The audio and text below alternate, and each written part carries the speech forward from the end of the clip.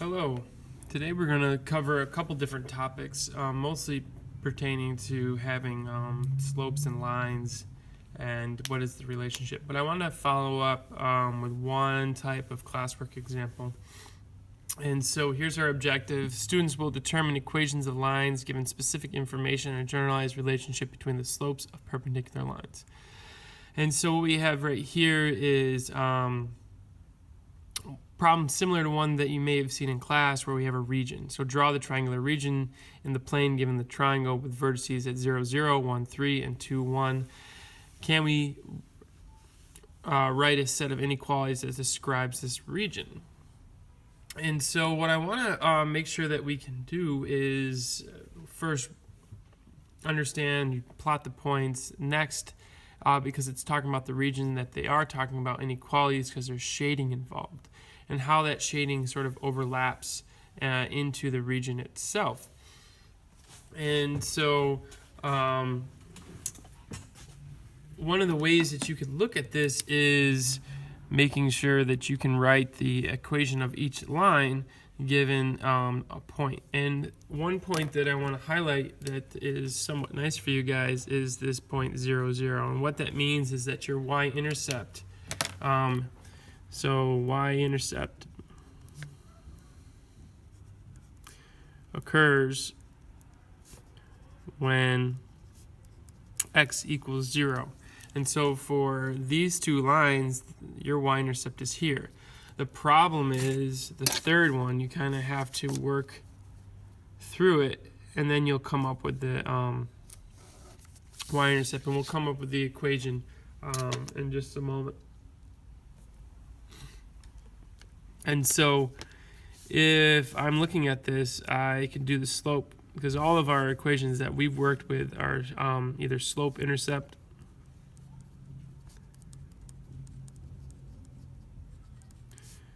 which is y equals mx plus b, or slope, point slope, which is a little bit more advanced as far as what you have to memorize. Y minus y1 equals m times x minus x1, where x1 and y1 are the coordinates of your point. Okay. And so as you're looking at this, each one of them needs a slope. Notice you have the m here and you have the m here. And calculating that slope is m equals y2 minus y1 over x2 minus x1. And so we can just use that to calculate each slope through these lines. So I'm going to pair up 0, 0. And 1, 3. So that's 3 minus 0 over 1 minus 0, which is 3 over 1. And since the y-intercept is 0, I'm going to say y is equal to 3x. Similarly, 0, 0, and 2, 1. I can do 1 minus 0, 2 minus 0, 1/2. So y is equal to 1/2 x. You can check your work over on the diagram here, but you'll notice that if I start at 0, 0, I go up 3 spots and I go over 1. Start at 0, 0, I go up 1 spot and go to the right 2. So these equations do line up. The last one would be 1, 3 and 2, 1. So my slope is equal to 1 minus 3 and 2 minus 1, which is negative 2 over 1. So I double check this, and I notice this goes down to over to the right 1. So that does make sense. The question is, what is the equation? I'm going to show you the slope-intercept form, the point-slope form, because we've had probably the least exposure to that. So y minus, pick one of the points, let's go with 3, equals my slope, negative 2 times, what was the x value when y is 3? 1, so x minus 1. Y minus 3 is equal to negative 2x plus 2. Y is equal to negative 2x plus 5. And so this line right here would be y is equal to negative 2x plus 5. This line would be y is equal to 1/2 x, and this line is y is equal to 3x. Now, because there's shading, we know there's inequalities, and like I explained last time, you kind of have to use the sort of a point to determine which way you're going to shade. And so if I substituted 1, 1 in there, is 1 greater or less than 3? Well, 1 is less than 3, so this would be a y is less than or equal to 3x. So you can do that. And so we'll extend this line. And I'll show you how the shading goes into play. So let's just extend this line. And the shading is towards the 1, 1. All right. And then you can choose 1, 1 again. 1 is what compared to 1/2? Well, it's greater than, so I must be shading above the line. So here.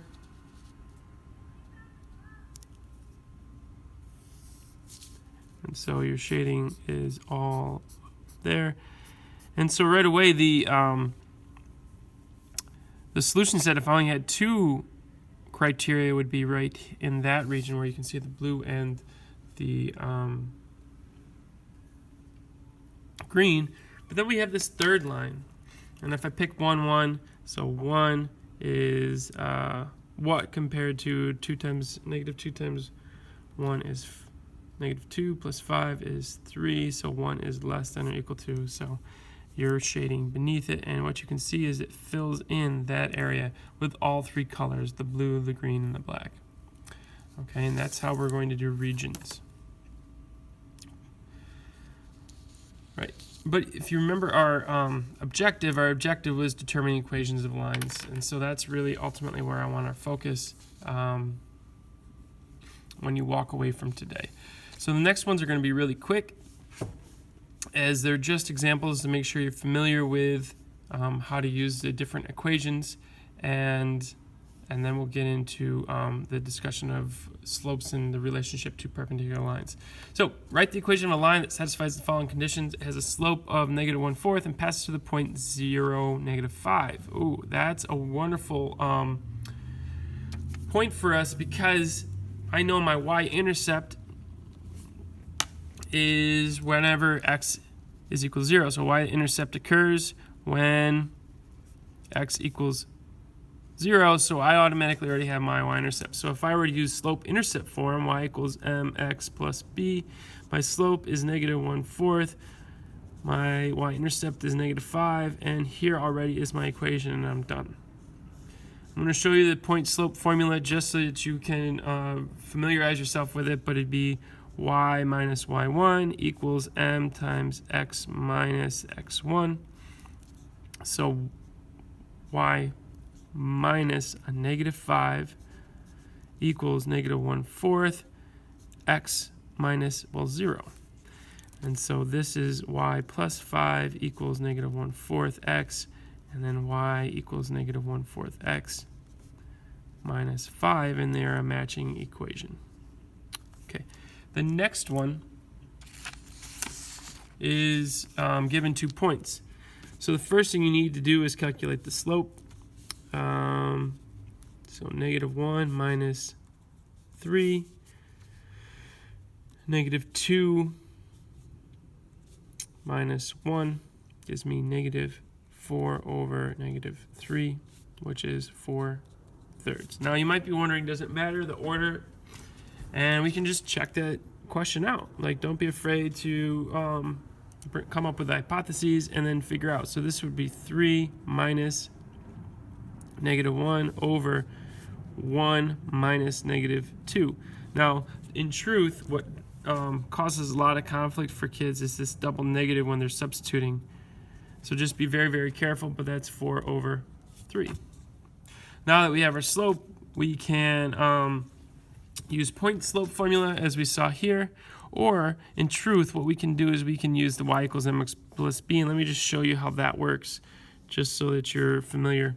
And so I have y equals 4/3 x plus b. What in reality these points are saying is that when I have 1, 3, that x is equal to 1 and y is equal to 3.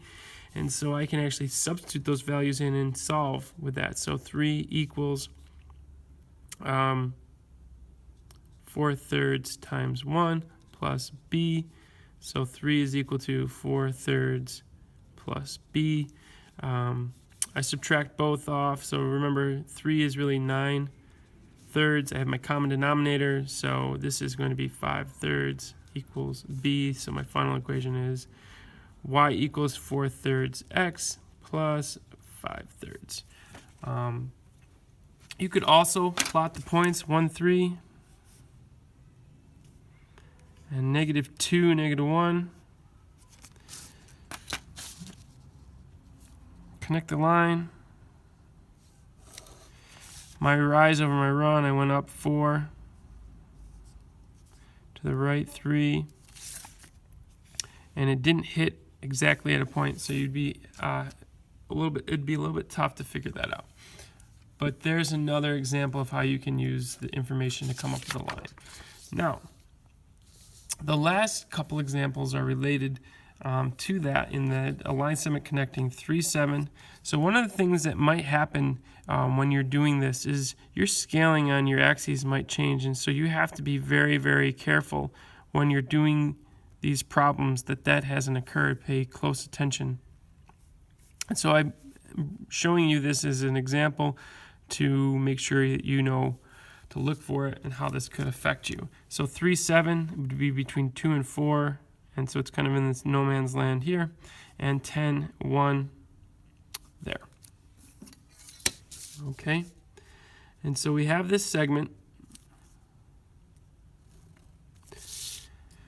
and they want us to rotate this clockwise 90 degrees about the point 3, 7. Now this is a different direction than you've seen in the past, and so that needs to stand out to you. About the point 3, 7. We've only rotated about the origin, and that was kind of easy in that you just spun it and then you could pick up the coordinate points.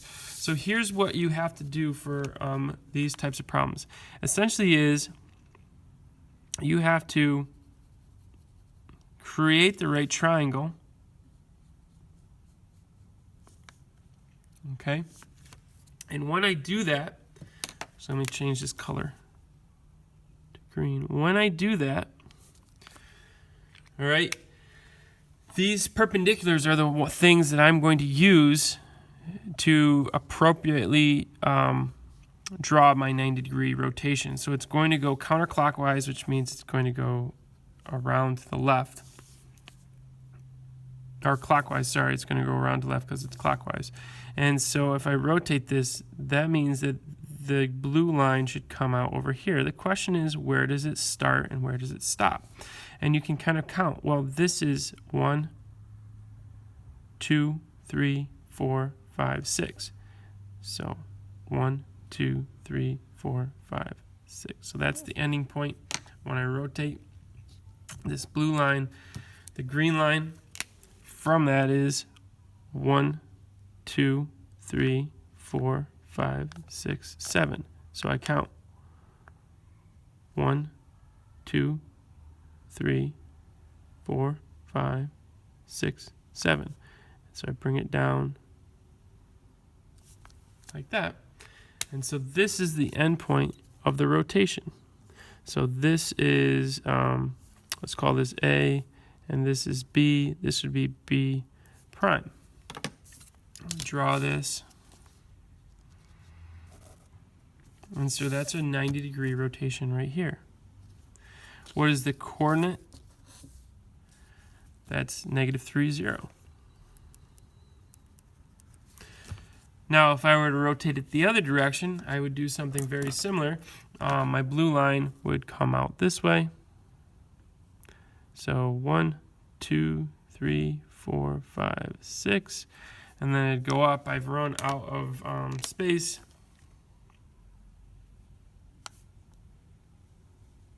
The new line would look like that. Before using a sketch, predict the coordinates of the rotated endpoint using what you know about perpendicular slope of a rotated segment. Well, that's kind of what we're talking about. What is the relationship between perpendicular lines? Okay. And so we want to kind of figure this out. The slope of the line that connects B and B prime. So the slope of A, B prime is 3, 7. So 7 minus 0 divided by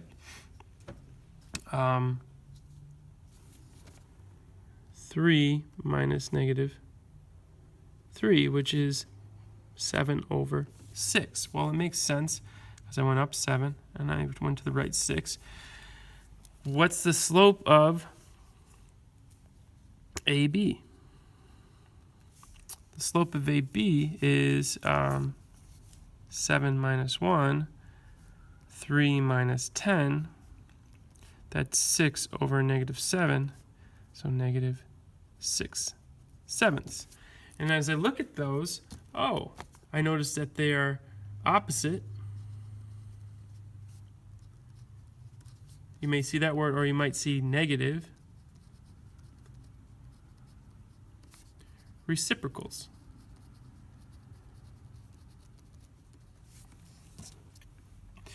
So one big takeaway from today is that negative reciprocals, sentence-wise, would be the slopes of perpendicular lines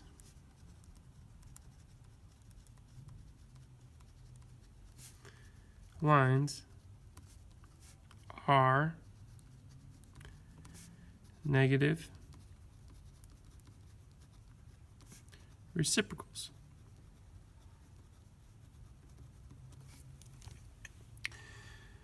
So that's a huge takeaway from this. Okay. And if we were to do this generally, so maybe you're thinking that it only worked for those specific points. Well, if we do things in an abstract manner, it says the point AB is located below. Using A and B, describe the location of AB after a 90-degree counterclockwise rotation about the origin. And so counterclockwise to the left. I kind of use this to help me gauge where it would go, and so I rotate it 90 degrees. I notice it's sort of in the top left-hand corner, so it'd be approximately right here, and so this would be negative B, comma, A. It says draw a rough sketch, justify my answer. Well, you can see by me rotating that that's about where it is. If the rotation was clockwise about the origin, where would it go? So I rotate the paper clockwise. I notice it's kind of in the lower right-hand quadrant. And so I kind of have to say this would be B, comma, negative A. What is the slope of the line through the origin and A and B? Well, if the origin is 0, 0, that's just going to be B minus 0 over A minus 0. So it's just the relationship of B over A. What is the slope of the perpendicular line through the origin? So here, and you can do either one, but this would be A minus 0 over negative B minus 0, which is A over negative B.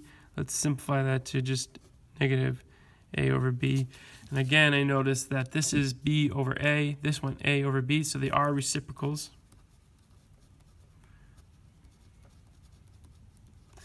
And then I also notice that this has a negative sign, which adds the negative aspect of it.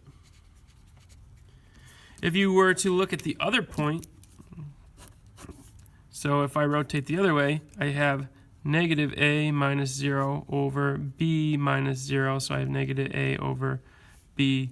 These two parts are equal slope, so this line should make sense. If I'm plotting it, it goes through the origin because that's what I rotated about. and it connects A and B. What do you notice about the relationship between the slope of the line through the origin AB and the slope of the perpendicular line? Again, when we're doing these problems and you see the word perpendicular, this is how I want you to write this out. I want you to identify the word using strategic reading and write it out, perpendicular. And what do I know is that perpendicular have negative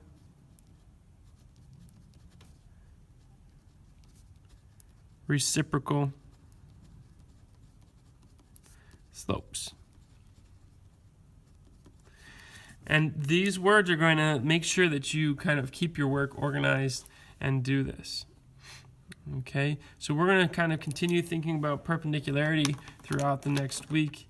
And this is the big takeaway. The last thing I'll just mention as a side note from the beginning of the year, parallel lines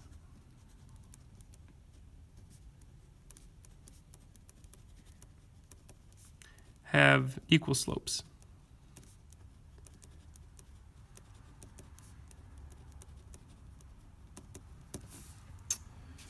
Okay.